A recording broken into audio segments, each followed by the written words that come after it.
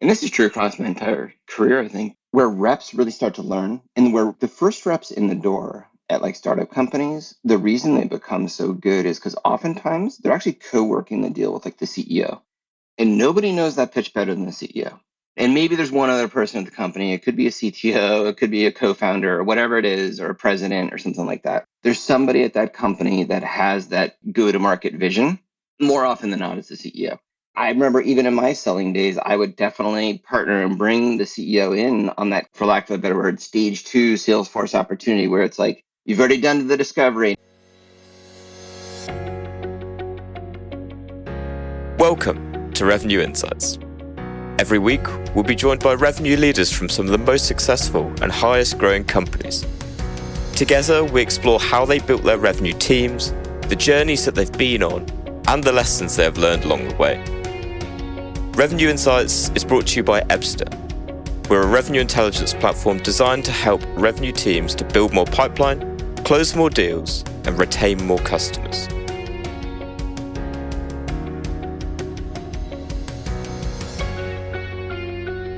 Hello and welcome to Revenue Insights. Today I'm joined by Michael Heilmann, I hope I pronounced that correctly, who is the VP of Worldwide Sales Operations at Demandbase. He's got an incredibly, I'd say, glittered career of over 15 years worth of experience from managing sales teams in field sales, sales management, business development, all the way through to his role in sales operations now. So Michael, great to have you on. Thank you for joining us. Yeah, thank you, Lee. Thanks for inviting me on today. So the normal starting point that I kind of start the episodes with is kind of ask you a nice vague question of what has been your journey over the past, I think you're coming up to like 20 years in your career now. What's been the journey that you've been on to get you to where you are today? Yeah, I don't know. Maybe it's a little bit different than most people, but actually, technically, I started like I was an intern.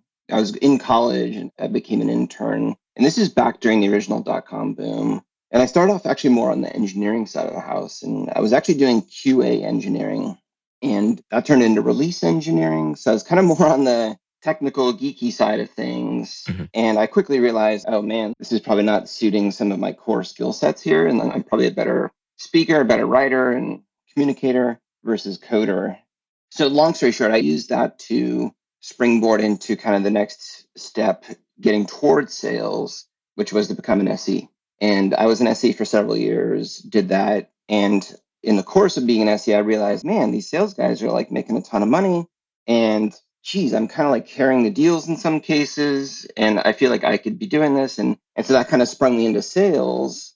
I did that for several years and had some success in the territories that I was covering. And I kind of got promoted. I would say at the time I wasn't necessarily looking for it, but just by virtue of kind of where the company was at and what we were doing, I got put into a management role. And long story short, I kind of went through the whole sales management chain from first line sales manager to second line sales manager, and then ultimately to VP of sales, kind of overseeing SDR function, field sales function, and kind of go to market for a company. And I had done that for consistently for a while. And to be honest, it just got to the point where I was either going to join a new company or this other door opened up where they said, hey, there's this ops thing that's kind of come up. And would you be interested in taking a look at it? And I could have gone and joined a new company, but that would have meant I would have has been in sales. And to be honest, I was getting a little bit tired of the whole hamster wheel of quarter, rinse, repeat. And I wasn't learning much is probably the best way to put it. It was the same routine over and over again. And I had a thirst and a desire to actually like learn something new. And ops has really served as that. So I jumped both feet in and transitioned into ops. And I think, to be honest, what probably made it a little bit easier to do is I've always kept that technical background of mine more on the engineering side, a thirst, a love for data, tinkering with tools and playing with applications. And that really helped me kind of springboard into ops where I wasn't afraid to dive very deeply into things. Feels like you've really come full circle on starting out as a sales engineer to kind of getting you to where you are now. So something that I noted when kind of having a little look through your LinkedIn earlier today was you mentioned about like being passionate about the build, launch and growth stages of maturity. If you were to pick one though, which would it be and why? That's a good question. I mean, they're all fun. they kind of represent different sizes of companies. Each one, like you'd be like, oh, small companies are easier or whatever. But like each one is incredibly challenging. When you're at the build stage, you're counting the deals on your right hand. You're like, man, if we could just win that one deal, that would make such a difference to this company.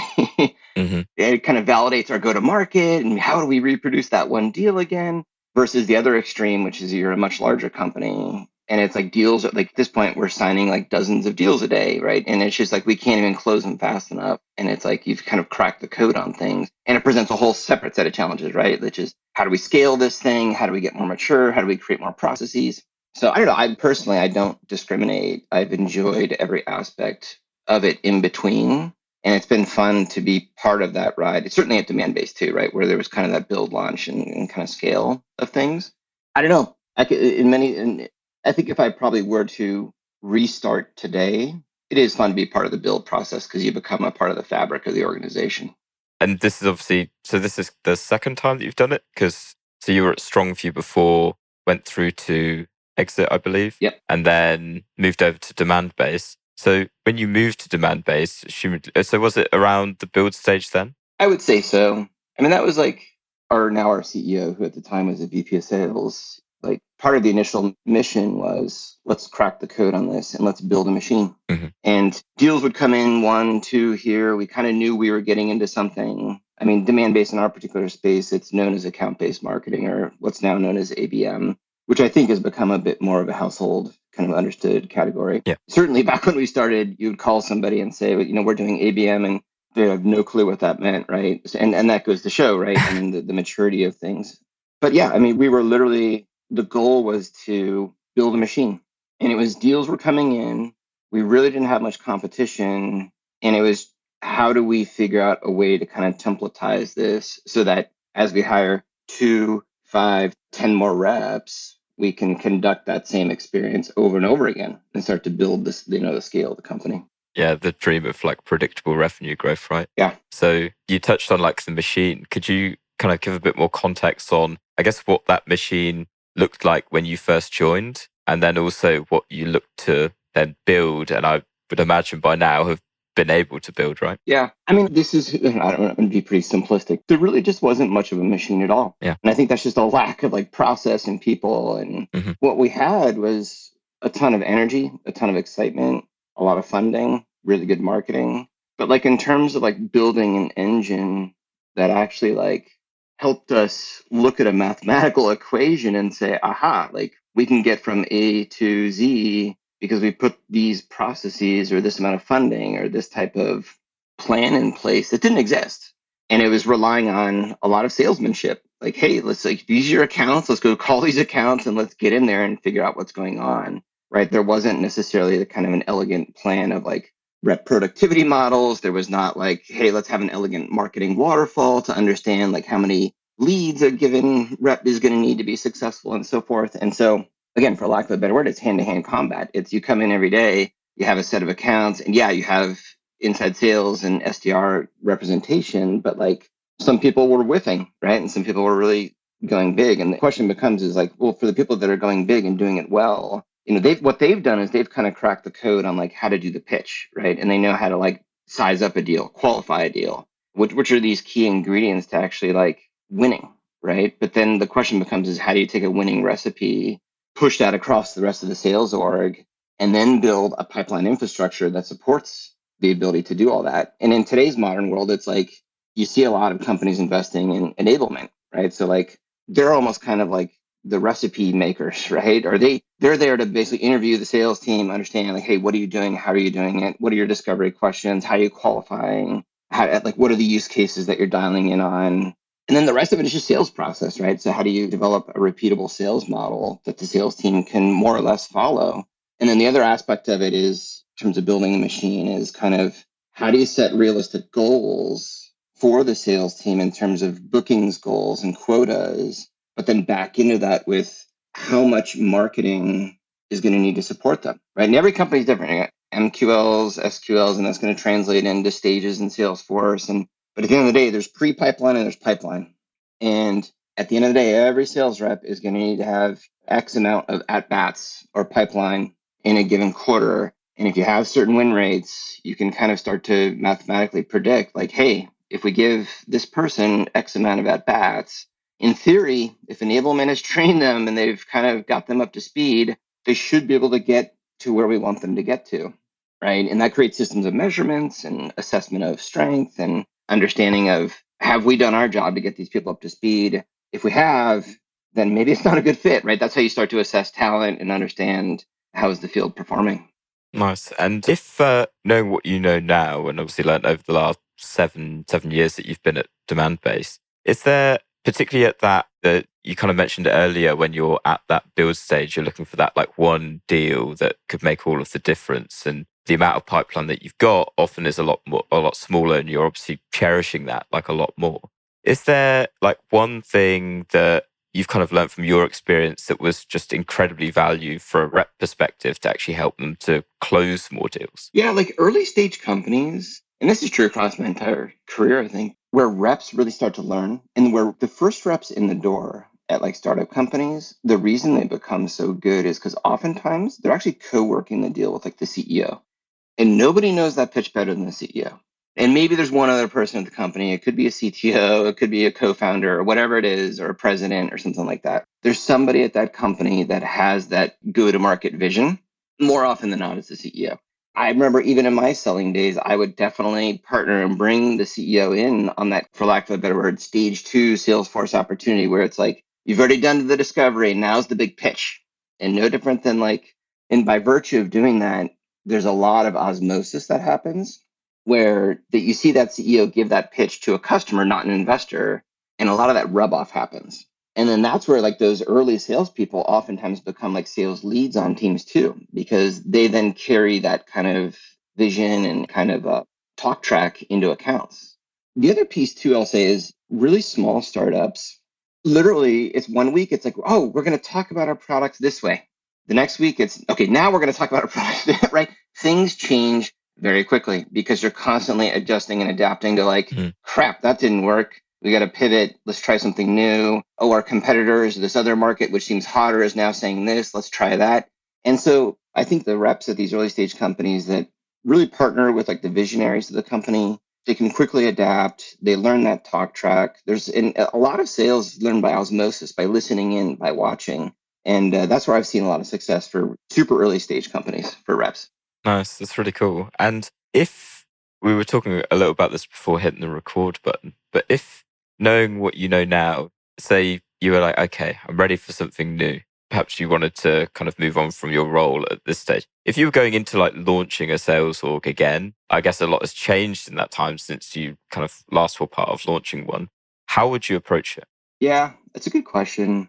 So if I had to contrast myself before, where I really wish is coming from like a sales point of view, like the big net difference, like today, like let's put myself 5 years ago versus myself today, it would be a very big difference, right? Or even say, put myself, let's just say, for example, I'd never joined ops and I'd continue down the sales path versus myself where I'd kind of left sales and went into ops and we were competing for the same job, right? Like we were doing the same job. Like I would fundamentally be approaching it very different now that I've had the ops experience, right? I think it's just because I've had that experience of now really digging into the hardcore spreadsheet details of understanding what are the mechanics of how do you make a 100+ salesperson organization like tick, and then how do you reliably and predictably hit goals. And I think I guess this is my personal opinion, unless you're kind of stewing in those details and understand how that engine runs, it becomes very hard to like challenge it, right? Because at the end of the day, like a CRO, a head of sales, a VP of sales, they're going to be a customer to those plans.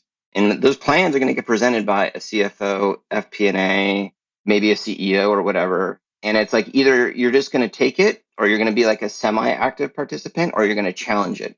And I think at least today with the experience that I've had, it puts me much in a better position, not just to be a customer, but to be like, send me the spreadsheets. I want to dig into it. I want to understand the model. I want to understand the drivers and what I'm kind of signing up for. And is it reasonable?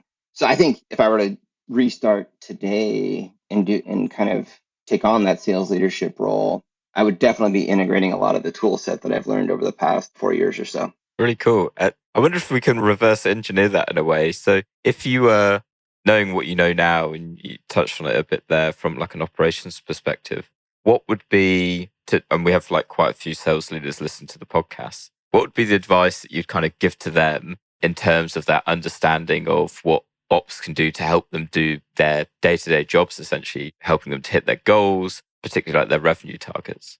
Yeah, I guess my feedback would be like, I think the really good sales leaders that I have seen, they tend to be very, very operational in nature. And it requires kind of a brutal discipline, right, around goals and metrics. Yeah. And I guess the feedback would be like, because there's some sales leaders, right, where like they're kind of, I hate to say this, but dyed in the wool salespeople, right? The raw, let's go fight, let's go win, let's get on a sales pitch together, let's go fight. Mm-hmm. But then there are these people that kind of abstract themselves from that, and they do become much more kind of numbers driven, and which is critically important. And I think there's a happy medium between the two, right? But I think, like, let's just say, for example, if you wanted to be a good partner with like your sales ops or FP&A team or whoever delivers that information to you at the company, you don't necessarily need to understand the mechanics for how the equation works, but you do need to understand those numbers, and you need to understand the drivers behind those numbers. And so, for example, again, you don't need to understand the formulas of the spreadsheet and how all that stuff works, but you should have an understanding of like the assumptions that are driving the formula. And I'll give you some examples. Like a sales leader should be understanding, okay, how many ramped reps do I have, and how does that cadence go through the course of the year? What is my quota capacity over the course of this year? What is company plan? And how does that cadence go over the course of the year? How much float do I have between company plan and my quota capacity plan for the rest of the year? Across all the segments of people I have, do I have fair coverage of quota capacity relative to company plan? And again, this is not a sales leader going into a spreadsheet, and it's asking these simple questions. And saying, okay, do I have enough coverage? Do I have enough protection in the plan? And then underneath that too, it's like, for example, you start a year, CFO goes, hey guys, like I think we should do 50% growth year over year. And it's okay, where'd that number come from? Why do we believe we can grow this much? Am I signing up for something that's impossible? And then at the end of the day, it's like, okay, let's start digging into this. What are our assumptions? How many reps are we hiring? How many deals per rep do we think we need to get done per quarter? What are the implications from a marketing perspective? Do we have enough pipeline to feed that? Do we know our win rates? Like, what are the implied win rates in this? What are the ASPs we're dealing with here, right? If we win are these aspirational goals that you have? Are we looking backwards for data? Because I'll tell you, that's another thing where sales leaders can get a bit tripped up too, is you start the year, a number gets handed to you, and it's based on all these assumptions. This is our win rate. This is our ASP. We think you're going to grow this much. This is the productivity per rep we think we're going to yield. And you start to dig into it and you go, where'd you get that ASP? Or where'd you get that productivity? Or where did you get our win rate from? And they go, oh, yeah. But like we're launching new products, or we've just done X, Y, Z, and we think it's going to be better this year. But you look backwards and you're like, wait a second, I'm seeing win rates of this, or I'm seeing ASPs of that. If nothing changed, I'm not going to hit that plan, right? So like at that point, it becomes like, what is the rest of the company doing that is going to ensure and help me realize these new objectives, right? And there becomes some tension there, right? Because like on some hand, like sales leaders like wholly accept that responsibility of hitting that revised goal or that new goal. But like there's a lot of accountability that kind of seeps out and hits the rest of the organization. And unless you can, either you're going to hit those new goals and those new assumptions that are driving the model, or you're not, right? And that's going to be a company-led type initiative. That's where you see a lot of plans break, right? Is people set goals, but those goals are based on kind of lofty desires versus realities. Yeah, no, I think it's a really good point. And I think to an extent, it obviously relies on the data that you have as well. So in terms of, are you all kind of looking at the same data set, like at that point? And are you actually aligned like across different departments as well? So we've kind of touched a little bit on like your new role in operations, but now that you've kind of moved over, what are kind of talking about goals a bit? What are your goals now kind of over the next 12 months now that you've kind of moved over, and what are you hoping to achieve? And I guess, what are you kind of thinking in terms of delivering on that? Yeah, I mean, I'm just speaking about my experience at Demandbase, obviously, but Yeah. For us, like we're so I guess to kind of set the table, like I'm just going to generically speak, 200 to 300 million, 100 selling reps, kind of on a good growth path, and also we're at a certain size and scale and so forth. And so obviously we've got our own growth objectives. A couple of the things that we've gone through over the past, let's just call it 2 years, is we've acquired 3 companies. And for anyone who works in ops, this is like, It's pretty brutal. There's no other way to put it. I mean, it's really challenging, right? Because you're basically faced with the challenge of integrating three CRM systems, making sure you don't lose any of the account base, right? Getting all the renewals sorted out, making sure that all the people that are being inherited jump onto new comp plans, and like all the mechanics that come with integrating other companies and so forth. That's been a huge chunk of the work, very candidly, since 2 years ago for a lot of my ops team. And this year really has kind of signified, like, what I'll use air quotes for, a clean launch, right? Everyone always wants clean, but like, this is the time when, as a company, we've launched all the entities fully integrated from a product point of view, from a CRM point of view, from a Salesforce point of view. And so this year is really about drilling targets, hitting goals, and enabling the sales team to basically grow and become really solid cross-functional sellers, right? Because it's a topic, but whenever you acquire a company, it's like there's new products that come into the mix, right? And so you've got an existing sales force, which is kind of the core of the company. You've got inbound new sales team members who come from the companies that you've acquired. The truth is, it's kind of like everyone's starting in a new company, right? And you have to enable everyone on the new products and services that you've got. And it becomes a big task, right? And so this year is really about, like, we did a lot of that work at the end of last year, and it's still ongoing this year, but now it's about really seeing that through and fulfilling on those goals of growth. Where do you even begin to start on, say you've got one company that you're acquiring coming in from like an organizational perspective? Yeah. Where do you even start with like the planning for that? I guess there's so much. I mean, you touched on it, even just with the CRM sounds, well, incredibly stressful amongst other things, right? Is it as challenging as it sounds? I use the word brutal. It is brutal. I mean, there is no other way to put it. I mean, let's put it this way. Yeah. In Salesforce, there is no button that says merge instances, right? There's a good reason very large consultancies exist to help us merge these things. Yeah. It is really challenging, right? Because, like, as everyone knows, like, Salesforce is a vanilla application, but the minute you start putting data in it, they diverge very differently company to company. And you start getting into very much into the weeds. Yeah, I guess my feedback and advice would be, like, meet up very early with your counterparts on the sales ops team, start planning for things. One really, really big, important message I want to send to people that are going through this or thinking about going through this stuff is, like, you're going to have to pick a CRM that you merge into. Most often it's the acquiring company CRM. For the company that's being acquired, you're going to find that oftentimes they're very, like, they want to hold on to the data they have because they feel it's very precious or whatever. What, in every case, when you finally convert over and everyone gets over the whole, like, okay, now we're in this new CRM, more often than not, half the data you bring over, they don't actually use. So it's not even worth bringing or whatever. And so you get down to, like, mission critical. And what I would suggest is, like, the best way to go through is, hey, we're going to do this in phases. Phase 1 is going to be mission critical. Phase 2, phase 3 is going to be this, that, and the other. And it kind of gets less important as you go out. And the truth is, once you get through phase 1, everyone goes, wow, that was brutal. Like, maybe you don't get to phase 2 or 3 because you're already in the new CRM and you go, you know what, we don't need it. We can rebuild it here and it's just as fast to do it because pulling data in is hard. Part 2 is, what I would also do is, like, you have to sell your CEO, CFO, whoever it is, that you're going to need some consultants that help you, because if you don't do that, it's literally going to 100% drain your resources for the people you have on the team, because it is a full-time job to do.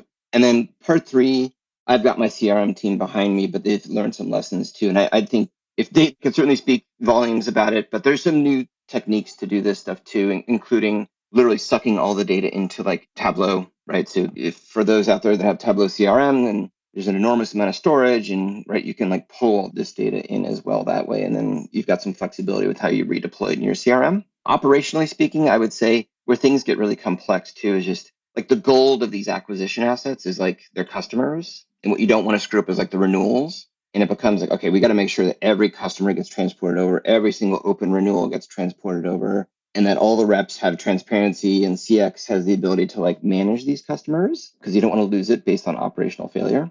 The other piece of it too, which I'll just warn everyone, reporting just becomes a nightmare, right? Because what your CEO, CFO, and everyone's going to want, like, literally day one of the CRM being active, is saying, okay, show me consolidated bookings, or show me consolidated renewal rate, or show me consolidated NDR reporting. And the truth is that the way they deal desk their deals on their end or the way you do it, they do not match. And so, like, their definition of ACV, or do they book on ARR? What are, like, how do they even treat deals? How do they treat debooks? Do they have termination rights in their deals? Like, I mean, fundamentally, it's like, does our bookings policy match? And how does that relate to like how these things actually get labeled inside of CRM? And so what you often find is that you have to like literally reconfigure every single booked deal that was done in their system and then somehow make that work within your reporting mechanism. And that can literally take months to finally get right. And oftentimes it ends up happening in spreadsheets outside CRM.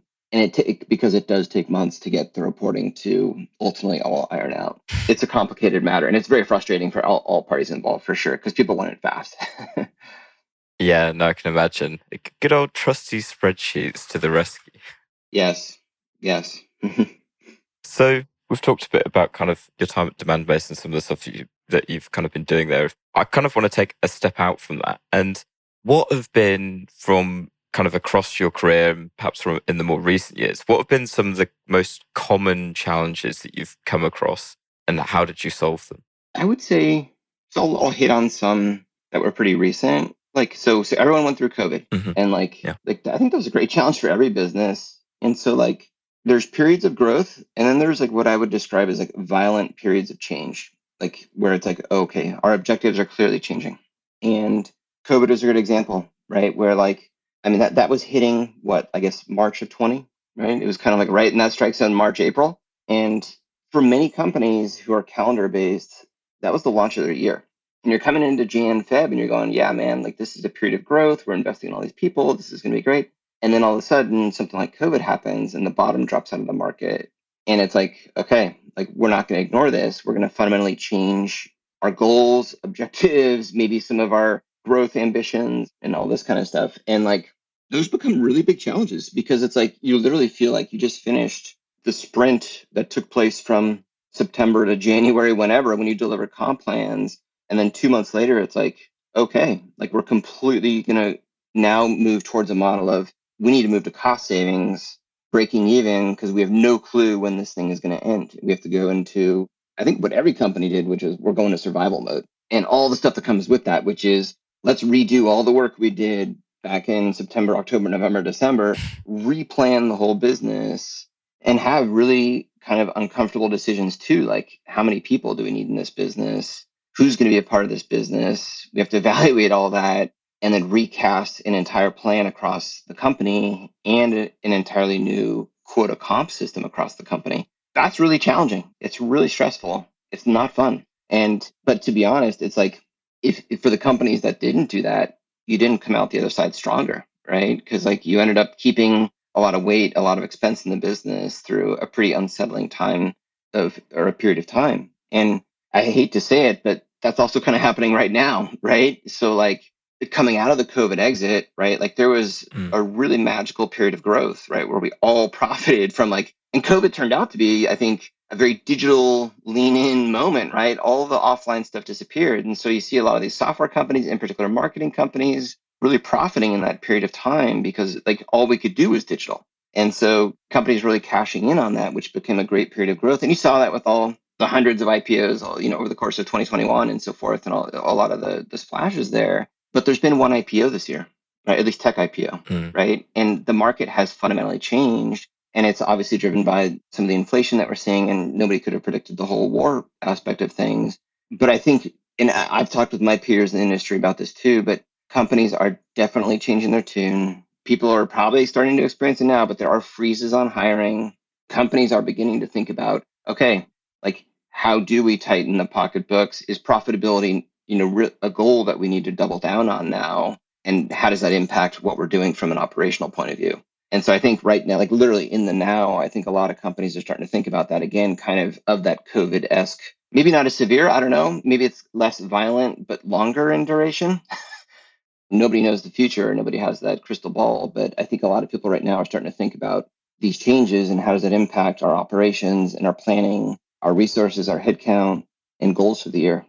And would you say, certainly over the past, what's it been, like 3 years, and there's also been two pretty seismic shifts, right? That's had an impact on businesses. Would you say that's been probably the biggest one that you have experienced in terms of like the pivot that then happened?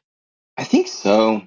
I mean, I would say like kind of outside of Demandbase for sure. I mean, that had the most impact and just triggered a tremendous amount of work that was really challenging to go through during a tough period of time too, where everyone was trying to adapt to like the whole work from home schedule.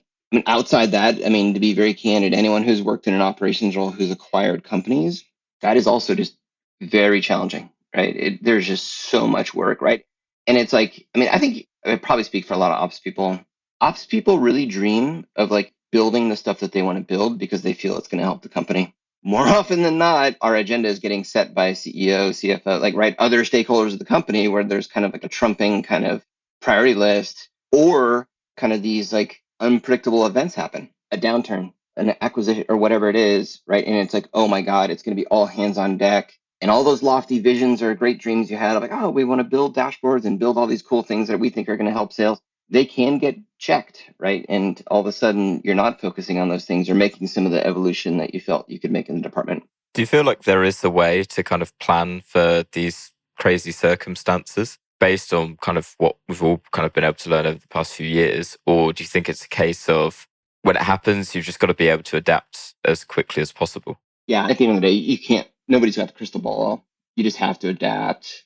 I think, I guess my feedback would be like, man, when you're looking at the horizon line and the sun is shining and the sky is blue, just sprint on your personal stuff, sprint as much as you can, get as much as you can done, because you really don't know where the next page is going to turn or what's going to be required of you or what's going to be asked of you that you could have never predicted. That will consume a lot of time.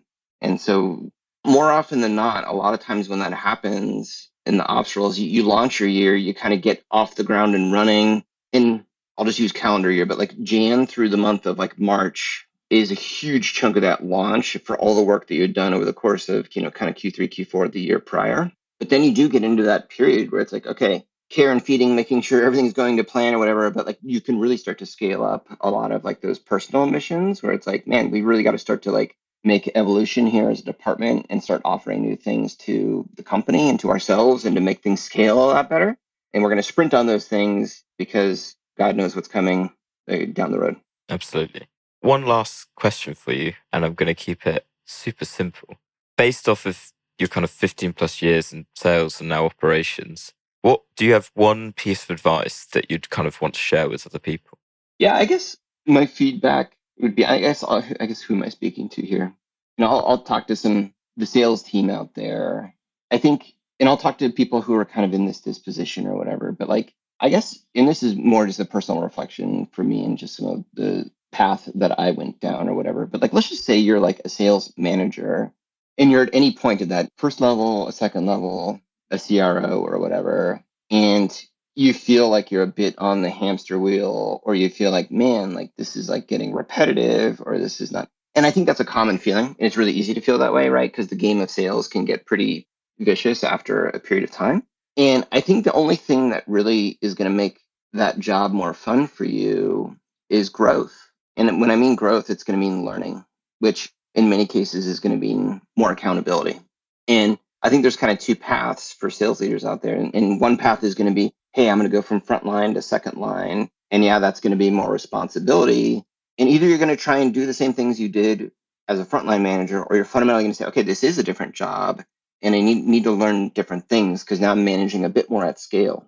And if I'm managing a bit more at scale, like maybe I'm not like going on ride-alongs with my reps, but I'm now actually starting to like just really sit inside of like a gong, for example, and like read transcripts and understand like what's going on. What are they saying? What are the keywords? This deal won, this deal didn't. How am I observing these two traits? Or you start to become a bit more of that CRO hat of I'm becoming more metricized. Like who on across these teams has enough pipeline? Who's going to be successful? Like great, they're going to close a ton of business now, but what does their pipeline look like next quarter? Are they doing the right mechanics to make sure that they're always feeding that engine? And it just goes all the way up that pecking order, right? Where if you become that CRO, it is much more of a cross-functional leader, where it's going to be largely operationally driven, where you're running purely off the numbers.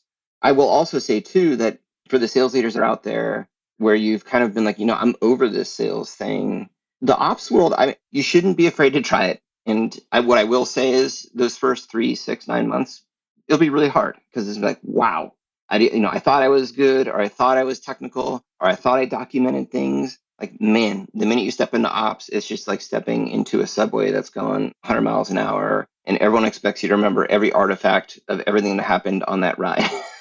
And it becomes this new game of organization and data and analysis and so forth. And the skills you learn on that side of it are incredible. And if you really want to bolster kind of your professionalism and professional skills, I would personally highly recommend, being open to transitions into that world as well. Beautiful. That's a great way to sign off, I think. Michael, it's been fantastic to have you on the podcast. Some amazing insights there. To finally sign off, for anyone that might have any questions or want to connect with you, where can they find you? Yeah, I would say just feel free to connect with me on LinkedIn, probably the best way, and feel free to send me a message there. And yeah, happy to connect with folks who feel like they want to connect or otherwise. Awesome. We'll put a link in the show notes. Fantastic. Right, Michael, thank you for joining us. Listeners, thank you for listening as always, and we'll catch you next week. Thanks for listening to Revenue Insights. If you want to learn more, subscribe to our newsletter and we'll deliver every episode straight to your inbox.